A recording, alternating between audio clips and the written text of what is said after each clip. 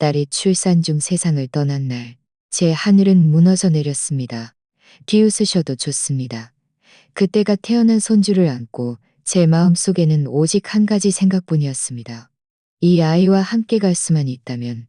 하지만 저는 기어이 살아남아야 했습니다. 제가 한 번도 성에 차지 않았던 가난한 사위와 작은 방 한 칸에 몸을 부대끼며 딸이 목숨을 걸고 낳은 아이를 키워야 했습니다. 제 이름은 이목분, 올해 66세입니다. 10년 전 그날 밤은 영원히 잊을 수 없습니다. 한밤중에 울린 전화벨 소리, 그 순간 심장이 쿵 하고 내려앉았습니다.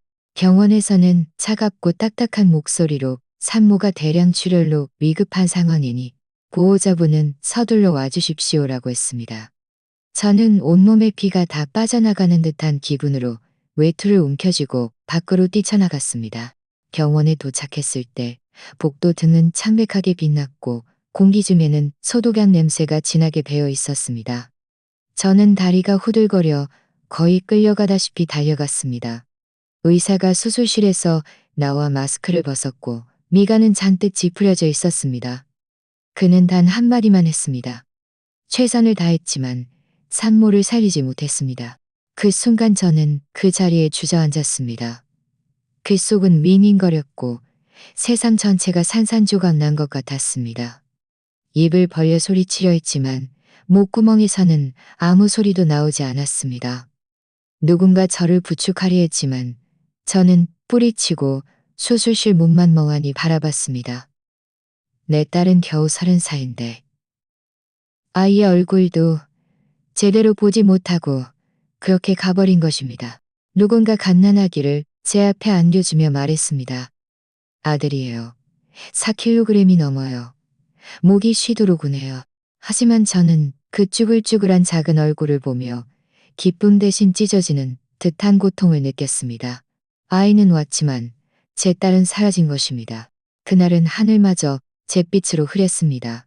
장례식장 홀에는 하얀 국화가 빙 둘러 놓여 있었고 제 딸의 영정사진이 정중하게 놓여 있었습니다. 사진 속 미소는 여전히 밝았지만 저는 그것이 종이 위의 미소일 뿐 딸아이는 결코 돌아올 수 없다는 것을 알았습니다. 사위 김민주는 영정사진 한편에 멍하니 서 있었는데 눈은 토끼처럼 새빨갰지만 아무 말도 하지 않았습니다. 그저 묵묵히 영정사진 곁을 지키며 사람들이 향을 올릴 때마다 허리를 깊이 숙여 절했습니다. 그 모습을 보며 제 가슴은 답답해 미칠 지경이었습니다. 장례식이 끝난 후 저는 홀로 장례식장 문 앞에 서 있었습니다. 칼날 같은 바람이 불었습니다. 김민준이 아이를 안고 안에서 걸어 나와 제 옆에 묵묵히 섰습니다. 우리 둘은 아무 말도 하지 않았고 오직 바람 소리와 아이의 울음소리만이 들렸습니다. 그 순간 저는 스스로가 끝없이 깊은 우물에 빠져 도저히 기어나올 수 없을 것 같다는 절망감에 휩싸였습니다. 아이는 아직 어려서 생과 사의 이별을 알지 못했습니다. 그저 올 줄만 알았지만 엄마는 다시는 아이에게 대답해주지 않을 것입니다. 매일 밤 아이는 목이 쉬도록 서럽게 울었습니다. 저는 아이를 안고 방 안을 1시간이고 2시간이고 왔다 갔다 하며 달랬지만 아이는 도무지 울음을 멈추지 않았습니다. 제가 미쳐버릴 것 같았습니다. 어느 날 밤에는 아이가 울다 지쳐 얼굴이 새파래졌습니다. 저는 심장이 멎을 듯 아팠지만 눈물은 심장이 멎을 듯 아팠지만 남들은 손주를 보면 기뻐하는데 저는 손주를 안고 거대한 돌덩이에 짓눌려 숨조차 쉴 수 없는 기분이었습니다. 김민준이 가끔 와서 아이를 안아주려 했지만 그의 동작은 서툴렀습니다. 이분도 체한데 아이는 더 심하게 울었습니다. 저는 화가 치밀어 아이를 다시 빼앗으며 비아냥거렸습니다. 애 하나도 못 달래면서 당신이 할 줄 아는 게 도대체 뭐야? 그는 아무런 반박도 하지 못하고 그저 곁에 서서 어두운 눈빛으로 저를 바라볼 뿐이었습니다. 그도 힘들다는 것을 알았지만 제 마음속에는 그에 대한 원망이 가득했습니다. 그가 아니었다면 내 딸이 이렇게 힘들게 살았을까? 그가 아니었다면 내 딸은 아직 살아있을 수도 있었을까? 이 원망들은 모처럼 제 심장에 박혀 그를 한 번 더 보는 것조차 싫게 만들었습니다. 장례식이 끝난 후 문제가 눈앞에 닥쳤습니다. 아이는 어떻게 해야 하나? 저는 나이가 많았지만 아이를 누구에게도 맡길 수 없었습니다. 베이비시터에게 맡기는 것도 불안했고 김민준 혼자서는 더더욱 믿을 수 없었습니다. 결국 저는 이를 악물고 그에게 말했습니다. 내가 당신 집으로 들어가서 아이를 돌봐주겠어. 어머니 고생 많으십니다라고 말했습니다. 저는 속으로 비웃었습니다. 고생은 무슨 고생. 내가 이 짐을 짊어져야만 하는 거지. 그날 저는 보따리 몇 개를 들고 그를 따라 그가 새든 작은 투룸으로 들어섰습니다. 달동네에 있는 집은 골목이 좁아 유모차조차 밀고 들어가기 힘들었습니다. 방 안은 벽지가 얼룩덜룩했고 불빛은 어둑했습니다. 문을 들어서는 순간 제 마음이 저릿했습니다. 내 딸이 이런 곳에서 살았구나. 대학을 졸업하고 외모도 예뻤던 딸은 원래 더 나은 삶을 살 수 있었을 텐데 이런 가난한 남자와 결혼해서 결국 목숨까지 잃은 것입니다. 저는 짐을 내려놓고 주위를 둘러보며 코끝이 찡해졌습니다. 아무 말 없이 묵묵히 식탁을 닦고 침대 시트를 새로 깔았습니다. 밤새 뒤척이다 잠이 오지 않았습니다. 옆방에서는 아이가 칭얼거렸고 김민주는 삐걱거리는 침대에서 뒤척이는 소리가 들렸습니다. 눈을 감은 채 제 마음속에는 오직 한 가지 생각뿐이었습니다. 이 지긋지긋한 날들을 어떻게 버텨내야 할까? 이른 새벽 동이 트자 여기저기서 닭 우는 소리가 섞여 들렸습니다. 저는 일찍 일어나 아이에게 죽을 끓여주려 했는데 부엌에 들어서니 그도 있었습니다. 가스레인지 앞에서 쭈그리고 앉아 계란을 굽고 있었습니다. 좁은 부엌에서 우리는 서로 등을 돌린 채 아무 말도 하지 않았습니다. 공기는 물방울이라도 맺힐 듯 어색했습니다. 공기는 물방울이라도 맺힐 듯 어색했습니다. 제가 쌀을 씻어 솥에 붓자 그가 낮은 목소리로 말했습니다. 그가 낮은 목소리로 말했습니다. 하고 대답했습니다. 그의 목소리가 약간 잠겨 있었습니다. 그 소리를 듣고 제 마음이 잠시 움직였지만 저는 애써 참았습니다. 계란 굽는 냄새가 퍼졌고 저는 문득 이 비좁은 방이 우리 둘을 숨 막히게 짓누르는 것 같았습니다. 솥 위의 주전자는 칙칙 김을 뿜었고 그 솟아오르는 김을 보며 제 마음은 시리도록 씁쓸했습니다. 제 마음은 시리도록 씁쓸했습니다. 그 순간 저는 깨달았습니다. 오늘부터 이 남자와 한 지붕 아래에서 살아야 한 지붕 아래에서입니다. 사위의 집에 들어와 살면서 저는 비로소 어설프다는 것이 무엇인지 진정으로 깨달았습니다. 이 작은 투룸은 거실이 좁았고 소파는 한쪽이 푹 꺼져 있었습니다. 저는 거기에 앉으면 늘 온몸이 불편했습니다. 김민주는 퇴근하고 돌아올 때면 늘 똑같은 파란색 작업복 차림이었습니다. 소매는 새까맣고 신발에는 새까맣고 신발에는 흙이 묻어 아무리 닦아도 깨끗해지지 않았습니다. 그는 가방을 내려놓자마자 허리를 내려놓자마자 허리를 놓치지 않았습니다. 저는 옆에 멍하니 앉아 속으로 부글부글 끓어올랐습니다. 집에 어른이 있는데 수고했다는 말 한마디도 할 줄 모르나? 그의 옷차림은 거 말할 나이도 없었습니다. 늘 똑같은 낡은 셔츠 두 벌은 칼라가 해지고 보풀이 일어 있었습니다. 겨울 패딩은 겉감이 찢어져 있었는데 그는 검은 실로 대충 몇 땀 꿰매 입고는 거지처럼 하고 다녔습니다. 저는 속으로 투덜거렸습니다. 그러니 사람들이 내 딸이 그에게 시집간 것이 아깝다고 하는 거지. 더 불만이었던 것은 그가 직접 장을 보거나 요리를 하는 일이 거의 없다는 것이었습니다. 대부분 제가 시장에 가서 장을 받고 그는 기껏해야 봉투를 들어주는 정도였습니다. 제가 밥을 할 때면 그는 거실에 앉아 아이와 놀 뿐 와서 돕겠다는 말은커녕 손가락 하나 까딱하지 않았습니다. 가끔 그가 직접 장을 봐올 때면 오이는 물러져 있고 채소는 시들시들한 것이 누가 봐도 장보르는 오이는 물러져 있고 채소는 시들시들한 것이 누가 봐도 장볼 줄 모르는데 그는 갓 지은 밥을 아이에게 먼저 떠주고는 제가 밥을 다 차려 놓았는데 그는 갓 지은 밥을 아이에게 먼저 떠왔는데 겉으로는 덤덤한 척해도 사실은 무심한 거야 라고 비웃었습니다. 저는 고혈압이 있어서 평소 늘 약을 먹었습니다. 그날은 약이 거의 떨어져 온라인으로 한 통을 주문했는데 이틀이 지나도 택배가 오지 않아 초조해하다가 그가 이미 받아 현관 신발장에 놓아둔 것을 발견했습니다. 그런데 그는 저에게 아무 말도 해주지 않았습니다. 저는 그 자리에서 화가 치밀어 올랐습니다. 민준아, 왜 일찍 말 안 했어? 내가 약 하루라도 걸렸으면 혈압이 올라서 누가 책임질 거야. 제가 퇴근하고 오다가 택배를 보고 그냥 신발장에 놓아뒀어요. 어머니가 보실 줄 알았어요.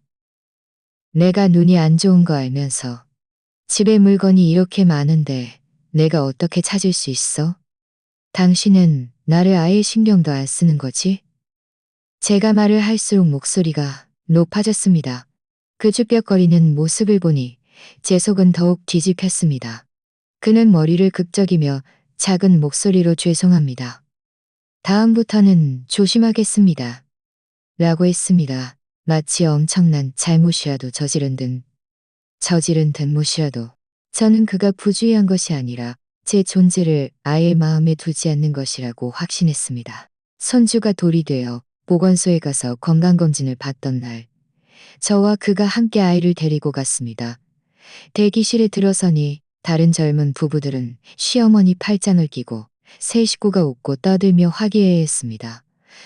그런데 저는 아이의 물통과 작은 가방을 들고 쓸쓸하게 뒤따라갈 뿐이었습니다.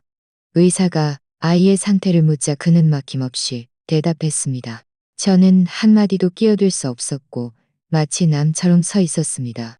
주사를 맞을 차례가 되자 아이는 목이 찢어져라 울었습니다. 그는 아이를 품에 안고 낮은 목소리로 달랬습니다. 제가 아이를 받으려고 손을 내밀었지만 그는 저에게 주지 않았습니다. 저는 옆에 서서 속이 쓰리고 화가 났습니다. 남들은 며느리와 시어머니가 함께 아이를 돌보는데 나는 뭐야? 내 딸은 가버렸고 나는 당신과 이렇게 섞여 사는 게 도대체 뭐냐고. 저는 속으로 부글부글 끓어올랐지만 집으로 돌아오는 길 그는 아이를 업고 앞서 걸었고 저는 뒤처져 걸었습니다. 그들의 커다란 등과 작은 등을 바라보며 제 가슴은 답답해 미칠 것 같았습니다. 남들이 보면 부자간의 정이라고 생각할 수도 있겠지만 제 눈에는 딸의 그림자를 그가 완전히 독차지한 것 같았습니다. 제 딸은 이미 없는데 저는 마치 엄마로서의 자격마저 박탈당한 기분이었습니다. 그날 밤 집에 돌아와서도 화가 풀리지 않아 휴대폰을 들고 아들 임도윤에게 음성 메시지를 보냈습니다. 하소연이라도 좀 하려던 참이었는데 뜻밖에도 아들은 짧은 음성 메시지를 보내왔습니다. 엄마, 그 사람 믿을 만한 사람 아니야. 무슨 일이 있으면 나한테 말해줘. 이 말을 듣고 제 속은 더 답답해졌습니다. 아들은 말은 쉽게 하지만 그는 다지해서 가정을 이루고 1년에 2번도 채우지 않습니다. 그는 믿을 만한 사람이다. 제가 무슨 일이 생기면 그가 뭘 해줄 수 있을까? 저는 속으로 이 말을 되뇌었습니다. 마치 이렇게 생각해야 모든 불만을 그에게 돌릴 수 있는 이유가 생기는 것 같았습니다. 어쨌든 저는 그를 볼수록 눈의 가시였습니다. 어느 날 저녁 저는 부엌에서 땀을 뻘뻘 흘리며 바빴습니다. 식탁 위에는 3가지 반찬과 1가지 국이 놓였습니다. 김민준이 문을 열고 들어서더니 저에게 고개만 끄덕이고는 아이를 안고 소파에 앉았습니다. 수고했다는 말 한마디도 없었고 제가 밥을 나르거나 상을 차리는 것을 돕기는커녕 생각조차 하지 않았습니다. 저는 속으로 비웃었습니다. 무슨 묵묵한 척이야. 그냥 게으르고 무심한 거지. 밥을 먹는 동안 그는 말없이 밥만 퍼먹었습니다. 저는 참다 못해 비꼬는 말을 뱉었습니다. 도대체 사람 말이라는 걸 할 줄은 알아? 하루 종일 꿀 먹은 벙어리처럼. 그는 고개를 들어 저를 한 번 보더니 입술을 달싹였습니다. 결국 응이라는 한마디만 겨우 뱉어냈습니다. 저는 화가 머리끝까지 치밀어 젓가락을 내던지고 제 방으로 들어가 버렸습니다. 문 너머로 아이가 아빠 하고 맑게 부르는 소리가 아빠 하고 맑게 부르는 소리가 아이는 아빠는 부를 수 있지만 다시는 엄마를 부를 수 없게 된 것입니다. 그 순간 저는 김민준을 더 미워했습니다. 제 마음속으로는 매일 그가 아니었다면 내 딸이 아직 살아있을 수도 있었을 텐데 라고 생각했기 때문입니다. 설날 전날 밤 창밖에서는 폭죽 소리가 연이어 터지고 이웃집에서는 웃음소리가 끊이지 않았습니다. 저는 좁은 부엌에서 땀을 뻘뻘 흘리며 바빴습니다. 세 개의 냄비가 동시에 불 위에 올라 있었고 기름솥에서는 생선이 지글지글 튀겨지고 있었고 다른 한편에서는 갈비탕이 끓고 있었습니다. 김이 서려 안경에 김이 잔뜩 서렸습니다. 저는 혼자서 뒤집고 씻고 그릇을 날랐습니다. 발밑에는 아이의 장난감이 굴러다녀 넘어질 뻔했습니다. 속으로는 화가 치밀어 올랐습니다. 분명 집에 남자가 있는데 그는 방에서 아이와 애니메이션을 보며 손님처럼 유유자적하고 있었습니다. 제가 소리쳤습니다. 민준아, 나와서 좀 도와줘. 채소 다 타겠어. 그는 방 안에서 네 하고 대답했지만 제가 채소 2가지를 다 볶을 때까지도 나오지 않았습니다. 저는 국자를 내던지며 속으로 비웃었습니다. 다 큰 남자가 설날 저녁 식사 하나도 남에게 의지하다니. 남들은 설날이면 온 가족이 북적이며 함께 바쁜데 저는 마치 가정부라도 되는 양 혼자 바빴습니다. 음식이 거의 다 차려지고 친척들이 속속 도착하여 좁은 거실에 왁자지껄 모였습니다. 식탁이 너무 좁아 저는 음식을 나를 때마다 사람들에게 부딪힐까 조심스러웠습니다. 마지막으로 오이 무침을 썰어 마늘 양념을 하고 채산이 올리기도 전에 사위의 고모가 방 안에서 말하는 소리가 들렸습니다. 아이고, 시어머니가 설날인데도 영 성의가 없네. 음식도 이렇게 늦게 나오고 제 손이 덜컥 떨려 접시를 떨어뜨릴 뻔했습니다. 화가 머리끝까지 치밀어 올랐습니다. 뭐가 성의가 없어. 내가 힘들게 반나절을 바빠서 온몸에 기름 냄새를 풍기는데 그는 한가한 소리나 하며 나를 뭘로 보는 거야? 저는 쾅 하고 접시를 식탁에 놓았습니다. 소리가 너무 커서 젓가락까지 튀어올랐습니다. 순간 온 방이 조용해졌습니다. 저는 차갑게 말했습니다. 내가 성의가 없다니? 아이 때문에 참고 있는 거지. 아니었으면 당신들 밥상 차려줄 생각도 안 했을 거야. 공기는 얼음처럼 굳었고 아무도 감히 말을 잇지 못했습니다. 저는 화가 나서 가슴이 들썩였습니다. 고개를 돌려 김민준을 노려보며 말했습니다. 이런 말을 하는데 당신은 왜 아무 말도 안 해? 당신은 나무토막이야?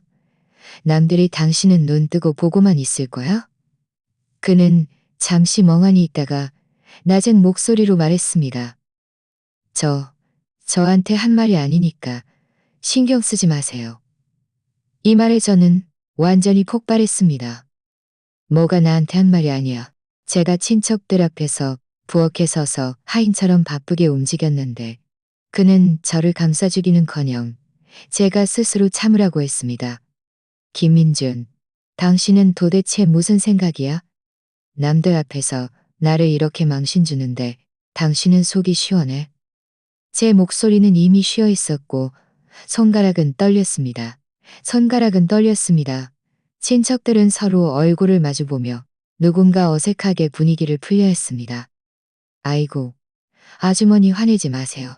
남의 집 어른들은 상석에 앉아 사람들의 음식을 날라다 주는데 나는 남처럼 바쁘게 일하고 잔소리까지 들어야 하다니.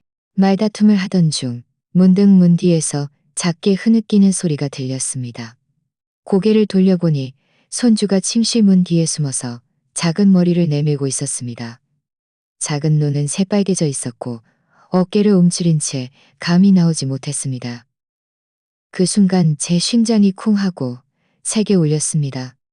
아이는 겨우 2살 남짓인데 어른들의 시시비비를 알 리 없는데도 할머니와 아빠가 싸우는 모습을 강제로 보게 된 것입니다.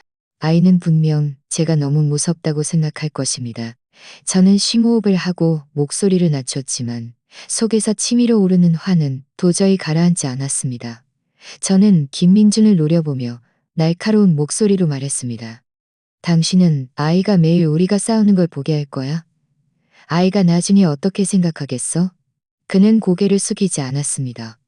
그는 고개를 숙이지 않았습니다. 저는 고개를 숙이고 아무 말도 하지 않은 채 아이는 훌쩍이며 아빠 하지 않은 채 아이는 훌쩍이며 아이는 훌쩍이며 아빠. 그날 저녁 식사는 냉랭하고 조용했습니다. 아무도 감히 말을 많이 하지 못했습니다. 친척들은 서둘러 식사를 마치고는 핑계를 대며 돌아갔습니다. 식탁 위에는 엄청난 양의 음식이 남겨져 있었습니다. 저는 그 난장판 같은 식탁을 보며 속이 뒤집히는 것 같았습니다. 정리할 기분도 들지 않아 혼자 베란다로 나갔습니다.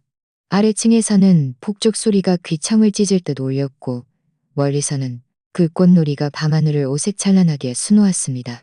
빨래 건조대에 기대서자 마침내 눈물이 흘러내렸습니다. 이웃집에서 들려오는 웃음소리가 창문을 넘어왔고 제 마음은 칼에 베인 듯 아팠습니다. 남의 집은 화기애애하고 시끌벅적한데 우리 집은 냉랭하고 조용했습니다. 이곳은 집이 아니라 그저 비바람을 가릴 낡은 오두막 같았습니다. 딸은 없고 아들은 멀리 타지에 있어 신경도 쓰지 않습니다. 저는 묵묵한 사위와 어린아이를 지키며 마음속에는 텅 빈 외로움만이 가득했습니다. 그 순간 저는 심지어 딸과 함께 갈 수만 있다면 이 모든 고통을 겪지 않아도 될 텐데 하는 터무니없는 생각까지 들었습니다. 그날 밤은 몹시 추웠습니다. 바람 소리가 윙윙 불고 빗방울이 유리창을 때리는 소리는 작은 돌멩이 같았습니다. 제가 잠결에 희미하게 잠들어 있는데 문득 방 안에서 아이의 흐느끼는 소리가 들렸습니다. 목소리가 쉬어 있었습니다. 저는 서둘러 일어나 아이의 이마를 만져보니 불덩이처럼 뜨거웠습니다. 아이의 얼굴은 새빨갛게 달아올랐고 눈꺼풀은 반쯤 감긴 채 울음소리는 힘없이 약했습니다. 저는 심장이 철렁 내려앉았고 손이 덜덜 떨렸습니다. 서둘러 체온계를 찾아보니 39, 8도였습니다. 저는 그 자리에서 다리가 풀렸습니다. 아이고, 이걸 어째. 저는 허둥지둥 119에 전화하려 했지만 전화는 계속 통화 중이었고 몇 번을 걸어도 연결되지 않았습니다. 바깥에는 비가 그렇게 많이 오는데 택시도 잡히지 않았습니다. 바깥에는 비가 그렇게 많이 오는데 택시도 잡히지 않았습니다. 저는 발을 동동 구르며 눈물이 터져 나올 고르며 눈물이 터져 나올 고르며 그때 김민준이 방에서 뛰쳐나왔습니다. 옷도 제대로 입지 못했고 발에는 슬리퍼만 대충 신겨 있었습니다. 그는 손을 뻗어 아이를 받아 안더니 아무 말 없이 몸을 돌려 밖으로 뛰어나갔습니다. 아니, 어디가? 비가 이렇게 많이 오는데. 그는 야간 진료소. 라는 한마디 많이 오는데.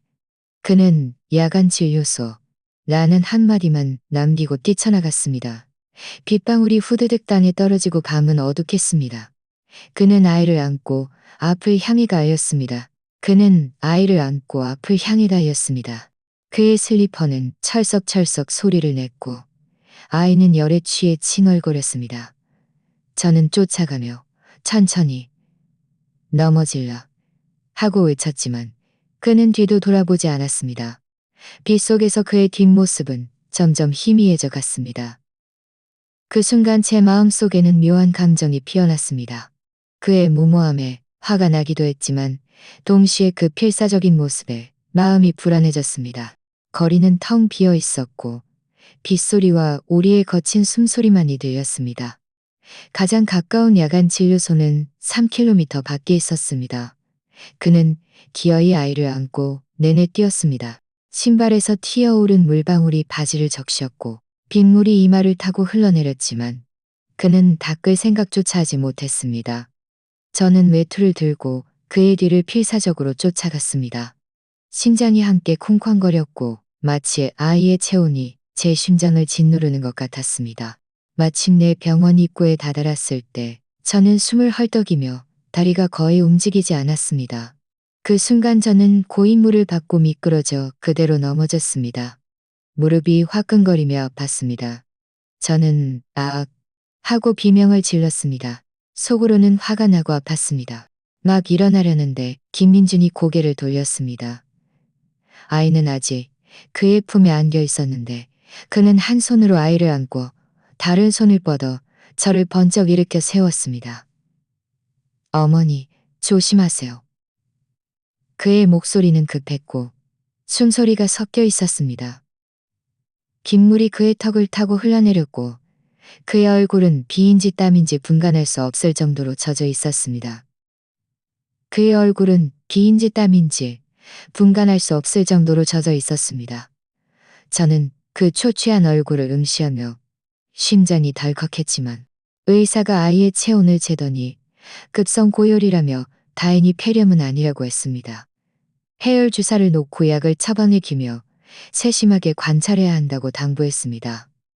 아이는 잠시 울더니 점점 진정되어 품 안에서 잠들었습니다. 저는 진료소 문 앞에서 잠들었습니다.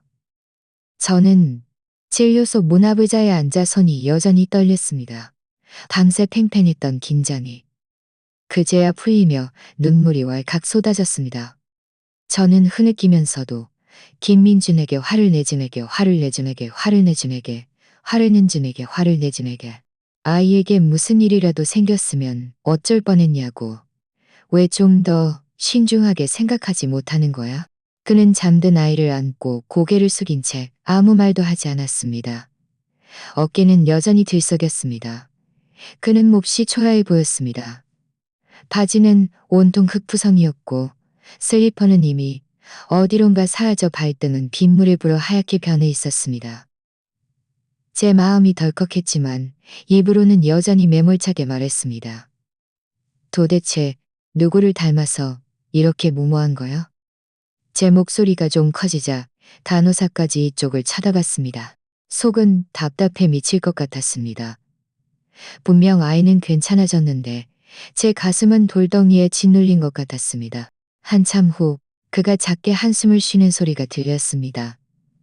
그리고는 휴지 한 장이 제 손 옆으로 다가왔습니다. 어머니, 울지 마세요. 그의 목소리는 크지 않았지만 제가 생각했던 것보다 훨씬 부드럽고 차분했습니다. 저는 깜짝 놀라 고개를 들고 그를 바라봤습니다. 불빛 아래 그의 눈은 피곤해 보였지만 동시에 저에게는 낯선 진지함이 서려 있었습니다. 제 코끝이 징해졌고 손가락으로 휴지를 손가락으로 휴지를 졌고 마음속은 갑자기 혼란스러워졌습니다. 지난 10년 동안 저는 늘 그를 원망했습니다. 인정머리 없고 말주변도 없고 사람을 달랠 줄도 모른다고. 하지만 이 순간 저는 그의 목소리에서 처음으로 사람을 안심시키는 듯한 느낌을 받았습니다. 아이는 품 안에서 편안하게 잠들어 있었고 창밖에서는 여전히 비가 조용히 내리고 있었습니다. 저는 몰래 눈물을 닦았지만 마음속에는 설명할 수에는 그날 밤 제가 잠결에 목이 말라 외투를 걸치고 물을 마시러 나왔을 때 집은 고요했습니다. 복도의 흐릿한 전구는 깜빡거렸고 거실에서만 약간의 불빛이 새어나왔습니다. 저는 부엌으로 바로 가려다가 거실 근처에서 발걸음을 멈췄습니다. 누군가 낮은 목소리로 이야기하고 있었습니다. 목소리는 아주 작고 끊겼으며 약간 잠겨 있었습니다. 처음에는 전화 통화를 하는 줄 알았는데 자세히 들어보니 김민준의 목소리였습니다. 엄마, 오늘 또 화를 내셨어요.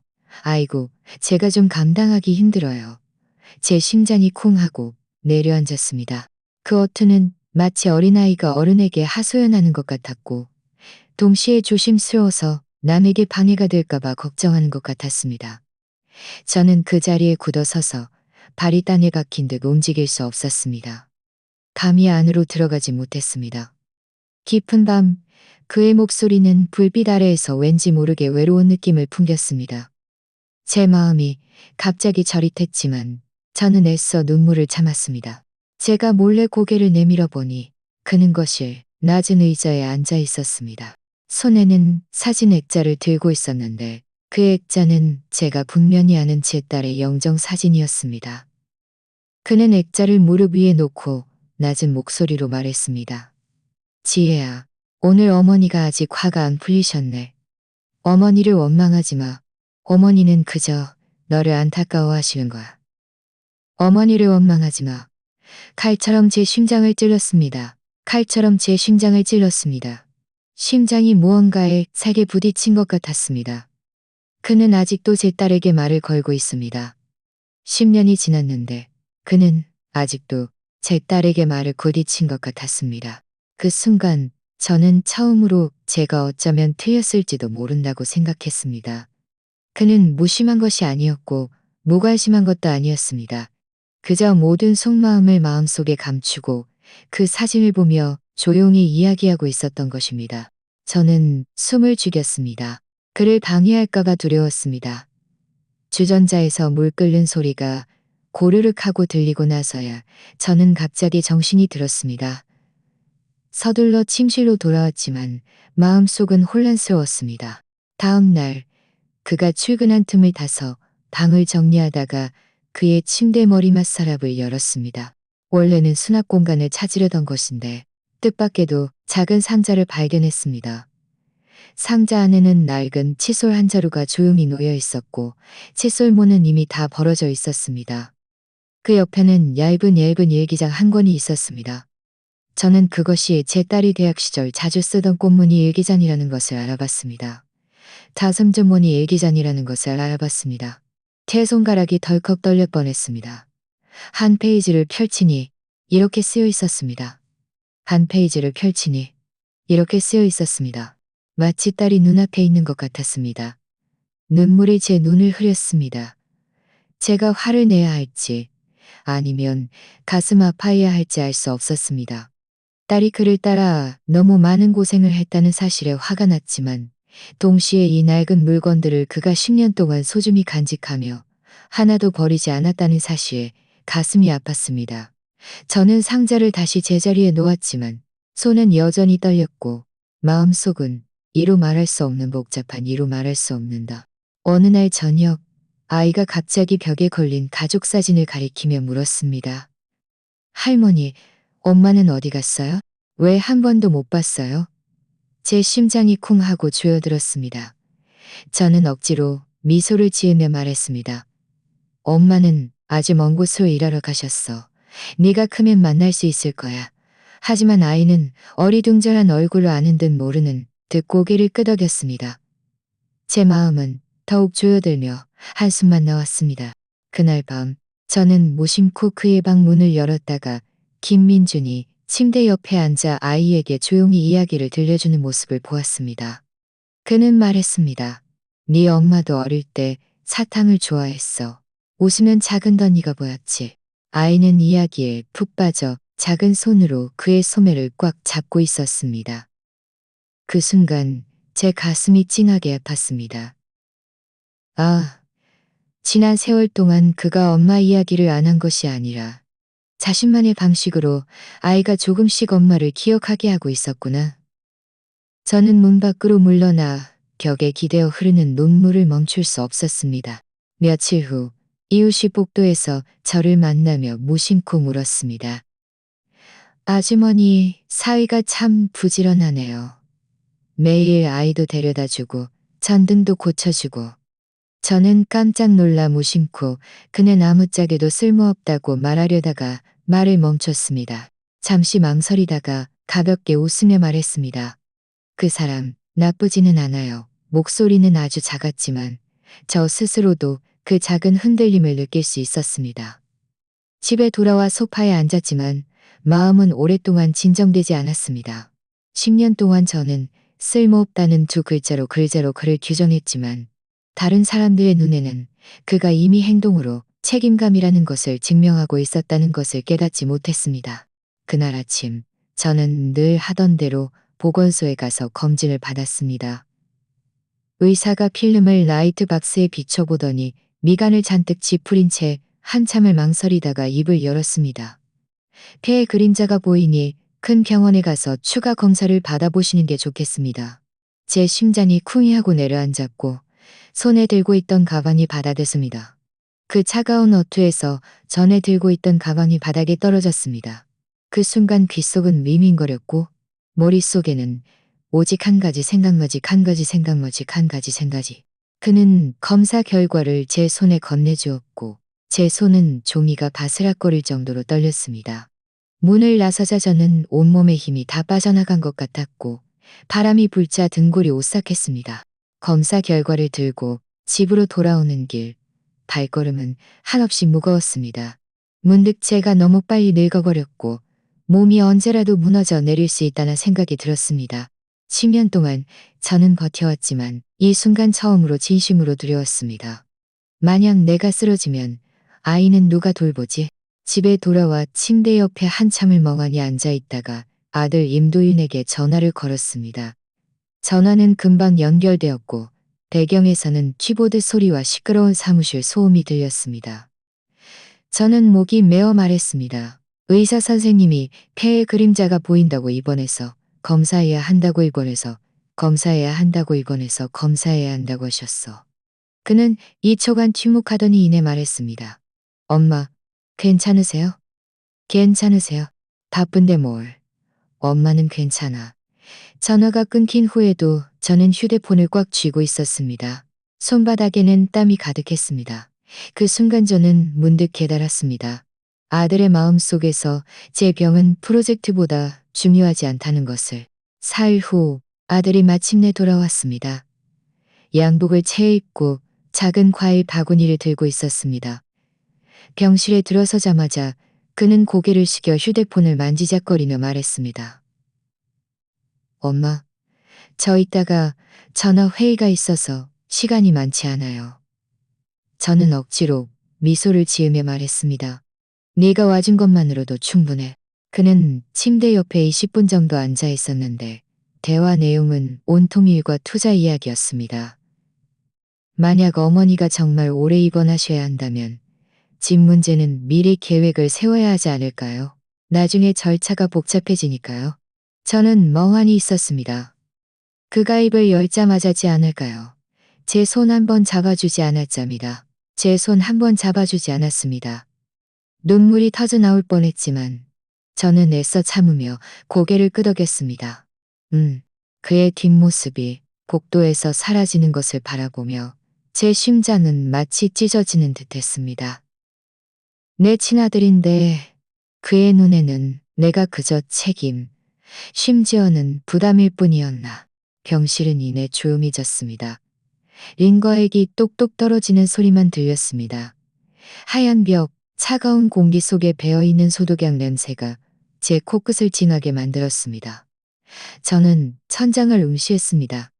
눈은 점점 흐려졌고 마음속에서는 한 가지 목소리가 끊임없이 울렸습니다. 결국 자식 키워봤자 소용없다는 말이 맞구나. 지난 세월 동안 저는 아들에게 가장 좋은 것을 다 해주었습니다. 학비를 대고 집 사는 것을 돕고 결혼할 때도 남들보다 부족함 없이 해주었습니다. 그런데 지금 제가 아프자 그가 신경 쓰는 것은 집과 프로젝트이지 저희 아니가 아니었습니다. 눈물이 주르륵 흘러내려 베개를 적셨습니다. 저는 친아들의 눈에 제가 결코 대체 불가능한 존재가 아니었을지도 모른다는 것을 처음으로 절실히 깨달았습니다. 괴로워하고 있을 때 문에서 작게 노크 소리가 들렸습니다. 김민준이 문을 열고 들어섰습니다. 손에는 보온병을 들고 있었고 바지 가랑이에는 아직 흙 자국이 남아 있었습니다. 그는 짐을 내려놓고 숨을 헐떡이며 말했습니다. 어머니, 제가 죽을 좀 끓여왔습니다. 방금 끓인 거니 따뜻할 때 드세요. 제 코끝이 진해져 서둘러 고개를 돌렸습니다. 그에게 눈물을 보이고 싶지 않았습니다. 그는 다른 말 없이 서툰 동작으로 죽을 그릇에 담아 제 손 옆에 놓았습니다. 뜨거우니 조심해서 천천히다. 뜨거우니 조심해서 천천히 드세요. 천천히 드세요. 그 순간 제 마음은 갑자기 편안해졌습니다. 과일 바구니도 없었고 저는 그릇을 들었고 손바닥은 따뜻했지만 눈물은 쉴 새 없이 흘러내렸습니다. 밤이 되자 제 가슴이 꽉 막히고 숨이 가빠졌습니다. 통증이 심했습니다. 링거액이 똑똑 한 방울씩 떨어졌습니다. 저는 온몸이 침대에 고정된 듯 움직일 수 없었습니다. 호출벨을 여러 번 눌렀고 간호사가 와서 산소 호흡기를 조절해주며 편안히 쉬려고 당부했습니다. 그녀는 저를 한번 보더니 웃으며 말했습니다. 아주머니, 가족분들이 정말 마음이 따뜻하시네요. 사위분이 밤새도록 간발작도 하시네요. 저는 깜짝 놀라 간호사의 시선을 따라 문 쪽을 바라봤습니다. 과연 김민준이 거기에 앉아 있었습니다. 허리를 꼿꼿이 세운 채 눈은 저에게 고정되어 있었습니다. 간호사가 나간 후에도 그는 저에게 고개를 끄덕였습니다. 마치 두려워 마세요라고 말하는 듯 했습니다. 제 마음속에는 갑자기 설명할 수 없는 감정이 밀려왔습니다. 이 밤을 혼자 쓸쓸히 보내야 할 줄 알았는데, 뜻밖에도 누군가 곁을 알았는데, 뜻밖에도 누군가 곁을 알았는데, 어렴풋한 의식 속에서 저는 잠이 들었습니다. 다시 눈을 떴을 때는 이미 한밤중이었습니다. 병실 등은 희미하게 빛났고 바깥 복도에서는 발소리가 가늘게 들렸습니다. 공기 중에는 약 냄새와 소독약 냄새만이 남아 있었습니다. 제가 고개를 돌려보니 그가 침대 옆에 엎드려 있었습니다. 몸은 의자에 비스듬히 기댄 채 머리는 팔에 기댔고 얼굴에는 마스크 자국이 선명했습니다. 이마에는 딸에 기댔고 얼굴에는 마스크 자국이 선명했습니다. 이마에는 땀에 젖은 머리카락 몇 가닥이 붙어 있었습니다. 제 마음이 덜컥했습니다. 제 마음이 덜컥했습니다. 지난 세월 동안 저는 갑자기 이루 말할 수 없는 서글픔을 느꼈습니다. 남이 친아들보다 더 나를 지켜주고 있다니. 저는 눈을 감았지만 머릿속에는 지난날의 장면들이 스쳐 지나갔습니다. 그 집에 처음 이사 왔을 때 저는 그가 옷차림에 신경 쓰지 않고 사람을 돌볼 줄 모른다고 쉬어했습니다. 설날 전날 밤 제가 그에게 화를 내며 젓가락을 내던질 뻔했을 때도 그는 늘 묵묵히 아무 말도 하지 않았습니다. 아이가 한밤중에 열이 났을 때 그는 슬리퍼를 신고 3km를 뛰었는데 저는 여전히 그가 무모하다고 불편했습니다. 이 모든 장면이 마치 영화처럼 빠르게 지나갔습니다. 제 코끝이 찡해졌고 눈가에는 눈물이 고였습니다. 결국 지난 10년 동안 내 마음속의 그 벽은 내가 스스로 쌓아 올린 것이었구나.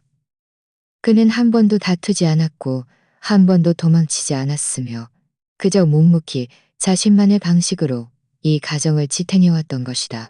저는 참고 또 참다가 마침내 작은 목소리로 민준아 하고 불렀습니다.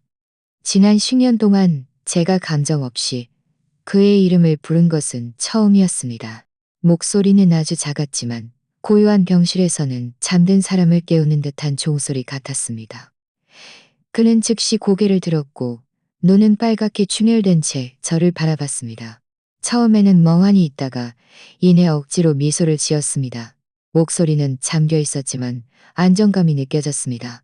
안정감이 느껴졌습니다. 저는 입을 열었지만 안정감이 느껴졌습니다. 저는 입을 열었지만 아무 말 두려워 마세요. 짧은 몇 마디가 따뜻한 물결처럼 심장에서 눈가로 솟구쳤습니다. 너무 많은 서러움과 너무 많은 미안함이 한꺼번에 목구멍에 걸려 있었습니다. 저는 그저 손을 뻗어 그의 어깨를 가볍게 토닥였습니다. 서툰 동작이었지만 제 모든 진심이 담겨 있었습니다. 그는 잠시 멍하니 있다가 눈빛이 부드러워졌습니다. 우리 둘은 더 이상 아무 말도 하지 않았습니다. 병실에 늘 인과액이 똑똑 떨어집니다. 병실에 늘 인과액이 똑똑 떨어지는 소리만 들렸지만 그 순간 제 마음은 더없이 편안했습니다. 주말 오전 햇살이 병실 창문을 통해 비스듬히 들어와 바닥에 얼룩덜룩하게 쏟아졌습니다. 병실은 원래 고요했고 링거액이 한 방울씩 떨어지는 단조로운 소리가 저를 졸리게 만들었습니다. 막 눈을 감으려는데 병실 문이 철컥하고 갑자기 열렸습니다. 시끄러운 소리가 밀려 들어왔습니다. 7-8명이 문 앞에 꽉 들어차 있었고 손에는 짐들을 들고 있었습니다. 손에는 짐들을 들고 있었습니다. 아이고, 아주머니 입원하셨다면서요? 저희가 불이 나게 와봤어요. 가장 앞서갔던 사람은 김민준의 고모였습니다. 얼굴에는 능글맞은 미소가 가득했고 목소리는 너무 커서 복도 전체에 울려 퍼졌습니다. 순식간에 차갑고 조용했던 병실이 시끄러워졌습니다. 의자가 부족해 누군가는 아예 침대 옆에 쭈그리고 앉았습니다. 젊은 며느리처럼 보이는 여자는 귤을 까서 젊은 며느리처럼 보이는 여자는 귤을 까서 저에게 건넸고 사촌 형처럼 보이는 남자는 희죽거리며 제 병세를 물었습니다. 그런데 지금 갑자기 모두 찾아와 큰 짐들을 들고 오다니 너무 지나치게 친절했습니다. 얼마 지나지 않아 화재는 서서히 다른 곳으로 옮겨갔습니다. 아주머니, 몸 잘 챙기셔야 해요. 너무 걱정하지 마시고요. 누군가 한숨을 쉬며 말했지만 말투에는 떠보는 기색이 역력했습니다. 다른 친척이 끼어들었습니다. 맞아요. 몸이 제일 중요하죠. 집안일은 신경 쓰지 마세요. 그런데 혹시 나중에 집 같은 재산은 어떻게 처리하실 생각이세요? 이 말이 나오자마자 공기는 순간적으로 얼어붙었습니다. 제 심장이 쿵 하고 세게 가라앉았고 까고 있던 귤이 이불 위에 떨어져 과즙이 제 손에 튀었습니다. 저는 고개를 들어 주위를 둘러봤습니다. 과연 모두의 시선이 저에게 향하고 있었습니다. 누군가는 아무렇지 않은 척 고개를 숙여 해바라기 씨를 까고 있었지만 시선은 저를 똑바로 응시하고 있었습니다. 누군가는 헛기침을 두어 번 하며 마치 그들이 완곡하게 말하는 것을 듣지 못한 척했습니다. 집을 어떻게 처리할 생각이냐니 결국 제가 집을 누구에게 줄 건지 캐묻는 것이 아니겠습니까? 가슴에서 차가운 기운이 솟아올랐습니다. 수십 년 동안 이 낡은 집은 늘 제 마음속의 버팀목이었습니다. 저는 힘들게 이 집을 지키며 늙어서 기댈 곳이 있기를 바랐습니다. 그런데 지금 경산에 누워 있다 보니 저는 문득 그들의 눈에 제가 살아있는 사람이 아니라 그저 부동산의 소유주로 보인다는 것을 깨달았습니다. 저는 어쩔 줄 몰라 억지로 미소를 유지했지만 마음속은 실타래처럼 엉켜 있었습니다. 그는 아무것도 들고 있지 않았고 옷은 여전히 작업복 차림이었습니다. 소매에는 시멘트 먼지가 묻어 있었습니다. 그가 모두를 한번 훑어보더니 목소리는 크지 않았지만 분명하게 말했습니다.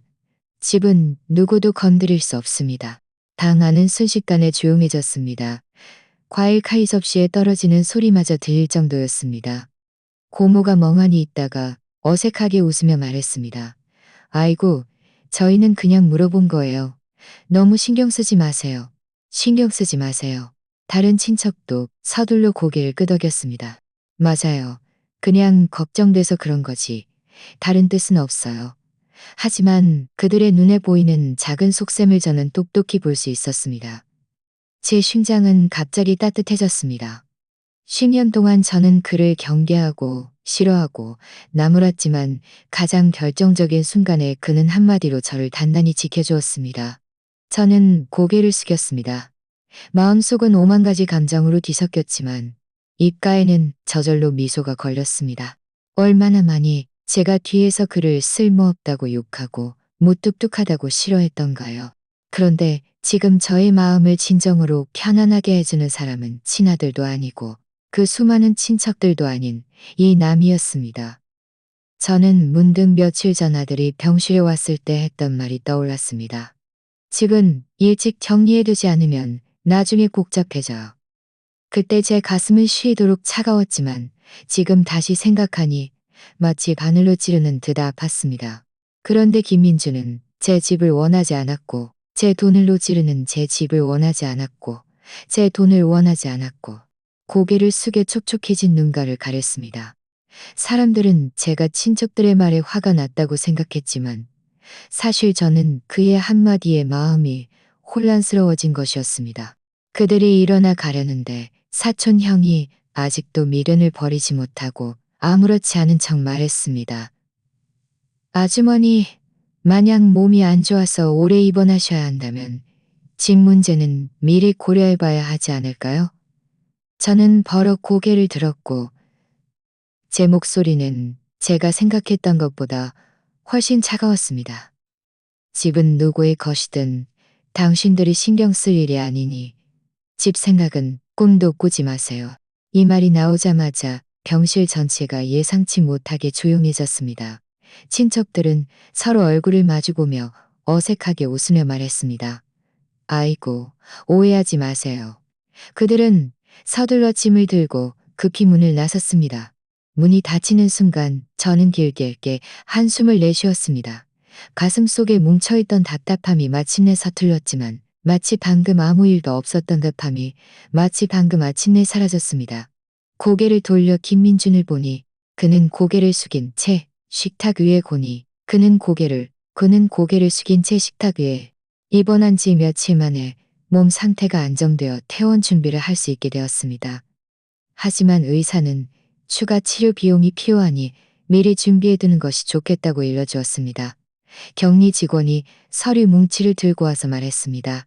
아주머니, 여기 보증금을 먼저 내주셔야 합니다.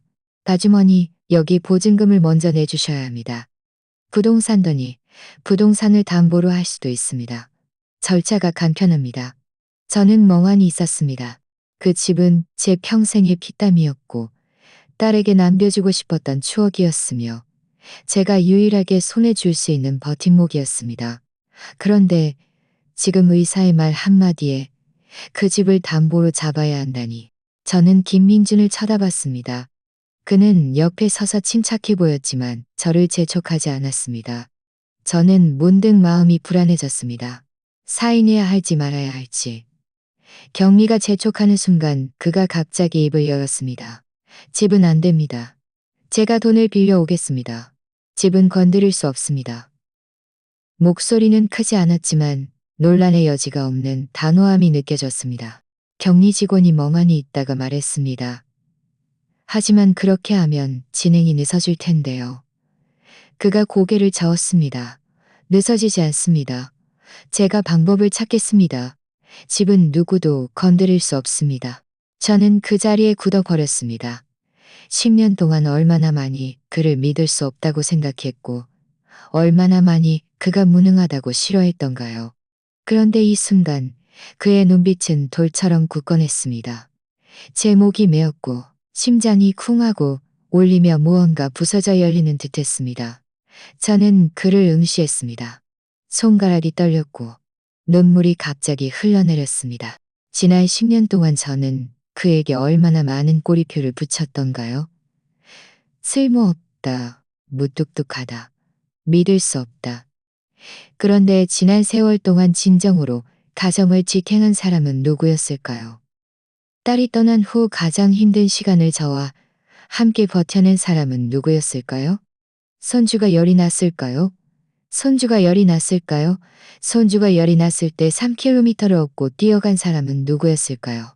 그 순간 옆에서 밤새도록 지켜준 사람은 누구였을까요? 10년 동안 저는 남몰래 누군가의 보살핌을 받고 있었는데 그저 저 스스로가 보지 못했을 뿐이라는 것을. 절차가 다 끝나지 않은 채 격리가 떠나자 병실은 다시 조용해졌습니다. 간호사가 약을 갈아주며 정리하다가 무심코 말했습니다. 아주머니, 복 받으셨네요. 사위가 아들보다 더 친하네요. 이렇게 정성껏 아주머니를 지켜주시고. 저는 깜짝 놀랐고 가슴이 따뜻해졌습니다. 아들보다 더 친하다니. 얼마나 단순한 말인가요. 하지만 그 말은 제 코끝을 시리도록 아프게 했습니다. 친아들이 병실에 왔을 때 물었던 것은 집을 어떻게 나눌 것인가였는데 이 남은 집을 저의 목숨처럼 귀하게 여김에 지켜주었습니다. 저는 고개를 돌려 다른 사람에게 눈물을 보이고 싶지 않았습니다. 하지만 마음속에는 뒤늦은 행복감이 밀려왔습니다. 마치 수년 동안 가슴을 짓눌렀던 돌덩이가 갑자기 갈라지며 한 줄기 햇살이 스며드는 것 같았습니다. 어느 날 저녁 병실에는 우리 둘만 남았습니다. 그는 침대 옆에 앉아 낡은 통장 한 권을 들고 있었습니다. 페이지를 넘기며 계산을 하더니 중얼거렸습니다. 아, 그쪽에서 먼저 좀 빌릴 수 있을 것 같은데. 옛날 동창이 다음 주에 도와주기로 했어. 저는 그를 바라보며 가슴이 갑자기 부드러워졌습니다. 깊이 생각할 겨를도 없이 저는 조용히 입을 열었습니다. 민준아, 집은 나중에 네 거야. 이 말이 나오자 저 스스로도 깜짝 놀랐습니다. 깜짝 놀랐습니다. 하지만 저는 그 말을 주워 담짝 놀라 고개를 들었고 눈을 크게 떴습니다. 어머니, 뭐라고 하셨어요? 네가 원해서가 아니라 네가 그럴 자격이 있기 때문에. 말을 마치자 제 마음은 갑자기 홀가분해졌습니다. 분노도 아니었고 갈등도 아니었습니다. 그저 전에는 느껴본 적 없는 편안함이었습니다. 이 순간 저는 마침내 인정했습니다. 이 가정은 핏줄로 이어진 것이 아니라 한 사람이 10년 동안 묵묵히 지켜온 사랑과 헌신으로 이루어진 것이라는 것을. 에필로그 내 딸 지혜에게 보내는 편지. 깊은 밤, 저는 펜을 들고 편지를 썼습니다. 집은 이미 고요했고 손주는 단잠에 빠져 작은 숨소리가 방 안에 고요히 울렸습니다. 김민주는 아직 부엌에서 설거지를 하고 있었습니다. 수돗물 소리가 스와하고 들려왔습니다. 문득 마음이 움직여 서랍에서 종이와 펜을 꺼냈습니다. 10년 동안 너에게 편지를 쓸 엄두도 내지 못했어. 혹시라도 네 이야기를 꺼내면 또다시 눈물바다가 될까봐 두려웠지. 하지만 오늘 밤은 문득 써야겠다는 생각이 들었어. 내 마음속 이야기를 모두 너에게 들려줘야 할 것 같아서. 떨리는 손으로 아가 두 글자를 편지지에 적었을 때 눈물이 시야를 흐렸어. 내 딸 지혜에게. 아가, 어느덧 10년이 흘렀네. 네가 그렇게 갑작스럽게 떠나고 엄마는 오늘까지도 자주 네 꿈을 꾼단다. 꿈속에서는 네가 여전히 꽃처럼 활짝 웃는 아가씨의 모습으로 엄마 손을 잡고 엄마 하고 부르지. 하지만 꿈에서 깨어나면 엄마에게 남는 건 쓸쓸함과 네가 남기고 간 우리 아이뿐이야. 지난 10년, 엄마는 결코 쉽지 않은 시간을 보냈단다. 처음에는 세상을, 그리고 너를 원망했어. 네가 가난한 남자에게 시집간 것을, 그가 무능해서 너를 지켜주지 못한 것을 원망했지. 그를 볼 때마다 엄마 가슴은 칼로 긋는 듯 아팠고 그를 피하고 싶었어.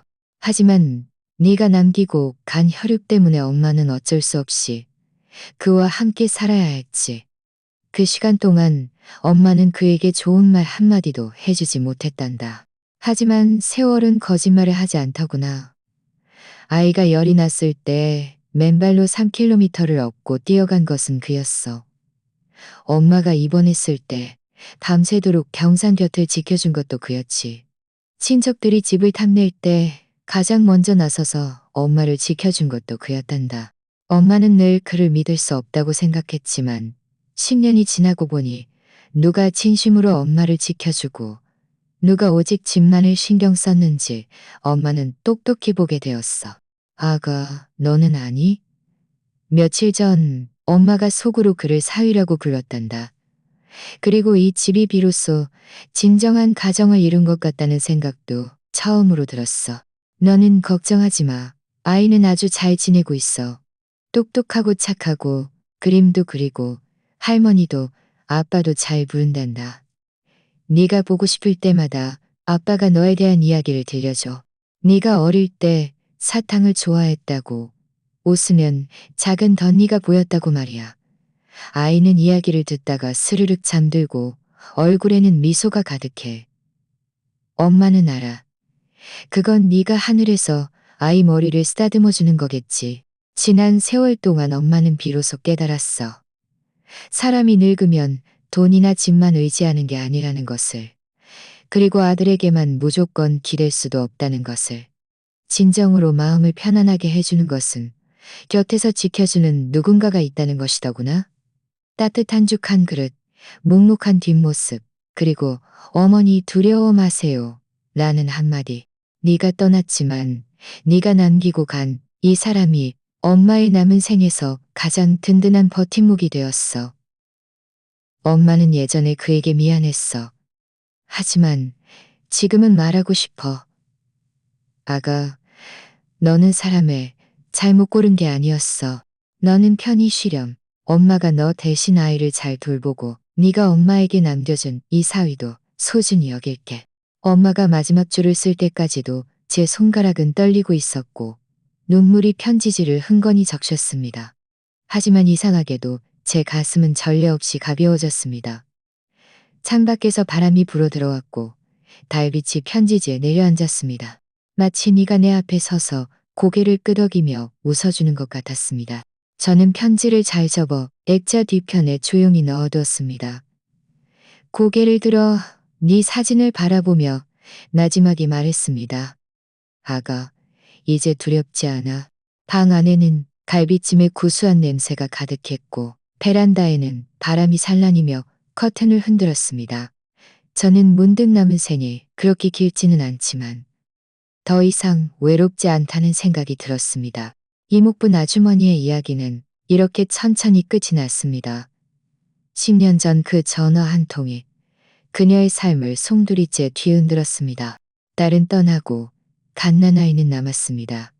그녀는 어쩔 수 없이 사위와 작은 방 한 칸에 몸을 부대끼며 살아야 했습니다.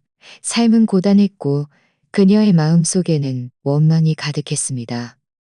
그가 무능하다고 무뚝뚝하다고 싫어했고 심지어는 딸을 따라 함께 가고 싶다는 생각까지 했습니다.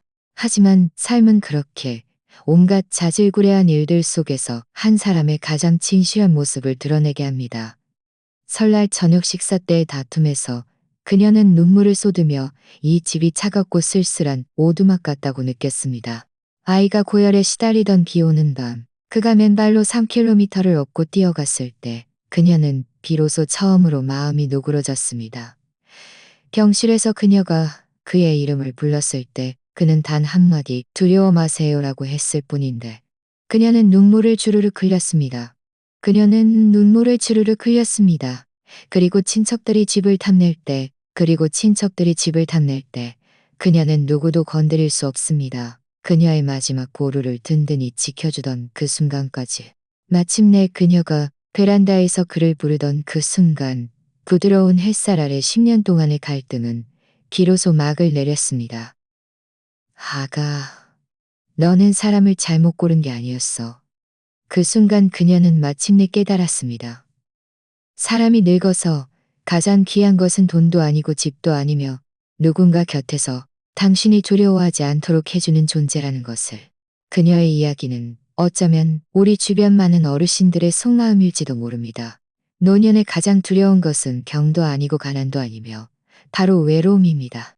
핏줄로 이어진 가족에도 물론 중요하지만 진정으로 당신에게 기댈 곳이 되어주는 사람은 당신이 상상했던 그 사람이 아닐 수도 있습니다. 이번 이야기는 여기까지입니다. 저희 채널의 8,000 구독자 목표 달성을 도와주실 몇 번째 분이 되어주실 건가요? 지금 바로 구독 버튼을 눌러주세요. 채널의 성장을 함께 지켜봐 주시길 진심으로 초대합니다.